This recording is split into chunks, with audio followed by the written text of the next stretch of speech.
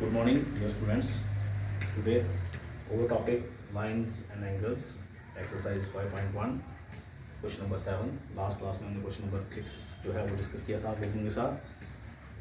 Question number 7 है, can two angles be supplementary if both are acute, obtuse और third part है right angle. So यहाँ पे बताना है कि दो एंगल जो है उनका सम जो है वो सप्लीमेंट्री हो सकता है जब वो दोनों acute होंगे, जब वो दोनों obtuse होंगे और जब वो दोनों राइट एंगल्स होंगे.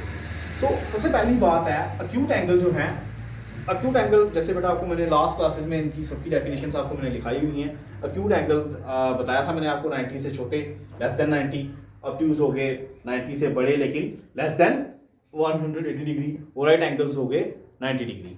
ठीक है.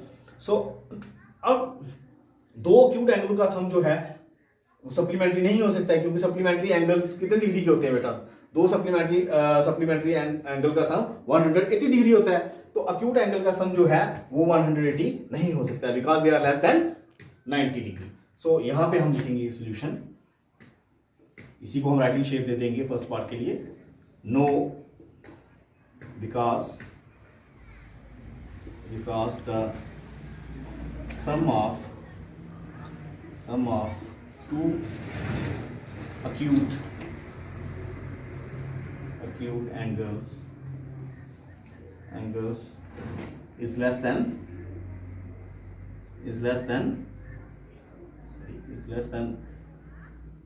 180 डिग्री. ठीक है बेटा. और सेकंड पार्ट के लिए obtuse एंगल. अब obtuse एंगल हो गए 90 से बड़े और लेस देन 180 डिग्री. ठीक है. तो अब उन दोनों का सम जो होगा वो 180 से ज्यादा हो जाएगा क्योंकि 90 से जब भी बड़े एंगल्स जो हम लेंगे 90 से लेंगे 92 लेंगे 93 लेंगे. ठीक है. जैसे 103 ले लेंगे और जो है लेस देन 180 डिग्री तक जब तक हम लेते रहेंगे तो वो सारे क्या होंगे बेटा? वो सारे उससे उनका दोनों का सम क्या होगा? 180 से ज्यादा ही आएगा. तो अब इसके लिए भी हम रीजन यहां पे लिखेंगे. हम इसके लिए रीजन लिखेंगे नो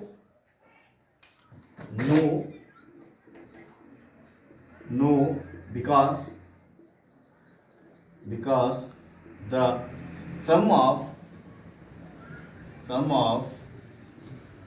two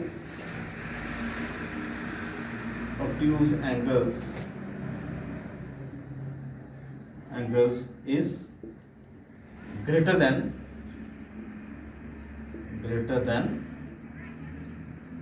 100. ये से ज्यादा हो जाएगा. अब थर्ड पार्ट में है राइट एंगल. जो दो अगर राइट एंगल होंगे, राइट एंगल का सम, राइट एंगल कितने डिग्री होता है बेटा? 90 डिग्री.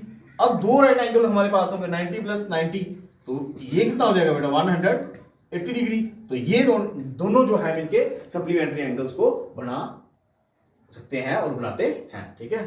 तो इसमें हम लिखेंगे यस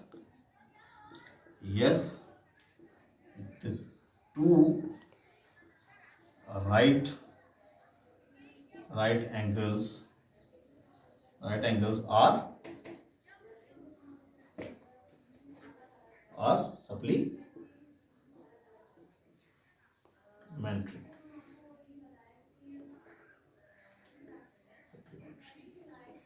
फिर यस क्वेश्चन नंबर 7 जो है वो कंप्लीट होता है बेटा. अब हम क्वेश्चन नंबर 8 पे मूव करेंगे. Students, question number 8. An angle is greater than 45 degree. Is its complementary angle greater than 45 degree or equals to 45 degree or less than 45 degree? Dear students, question ये है हमारे पास कि जो एक एंगल है हमारे पास वो 45 डिग्री से बड़ा है. ठीक है. अब बोलते ये हैं कि अब हमने ये बताना है कि जो इसका कंप्लीमेंट्री एंगल होगा वो 45 से बड़ा होगा, 45 के बराबर होगा या 45 डिग्री से छोटा होगा. डियर स्टूडेंट्स, मैंने आपको लास्ट क्लासेस में आपको बताया था कि जो sum of the two complementary angles कितना होता है बेटा? 90 डिग्री होता है. अगर दो कॉम्प्लीमेंट्री एंगल्स का सम कितना होता है? 90 डिग्री होता है. अगर सपोज करो हम दो, एक को x मानते हैं दूसरे को y मानते हैं, दोनों का सम कितना होगा? 90 डिग्री होगा. ठीक है. सपोज दैट कि जो x है हमारे पास ये ग्रेटर देन 45 है. लेट इट बी 60 डिग्री है. ठीक है. सो y क्या आ जाएगा फिर यहां से सिंप्लीफिकेशन करके, y is equals to 90 degree minus 60 degree, so y is equals to 30 degree. So यहां से देखिए बाय एग्जांपल आपको मैंने क्लियर कर लिया कि जो अनदर एंगल होगा वो 45 डिग्री से छोटा ही होगा। सो अब इसमें किस तरह से लिखेंगे डियर स्टूडेंट्स, हम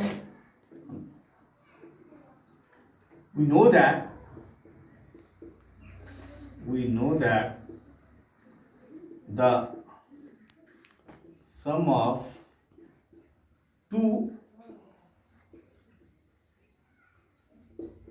complementary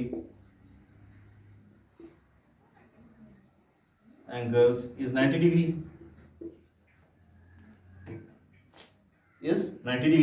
if one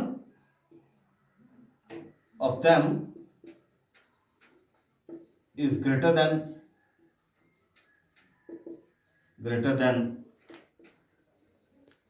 45 degree, 45 degree, then another must be less than 45, जैसे कि आपको मैंने यहाँ पे बताया। So dear students, with this मैं आज की क्लास यहीं पे ख़त्म करता हूँ। और लास्ट क्लास में आप बच्चों को अगली क्लास नेक्स्ट क्लास में क्वेश्चन नंबर 9 को मैं डिस्कस करूँगा, और आप बच्चों को यहाँ घर पे जाके अगर कोई प्रॉब्लम फेस हुई इन क्वेश्चंस को सॉल्व करने में, समझने में, you can ask me in the next class. Till then, goodbye.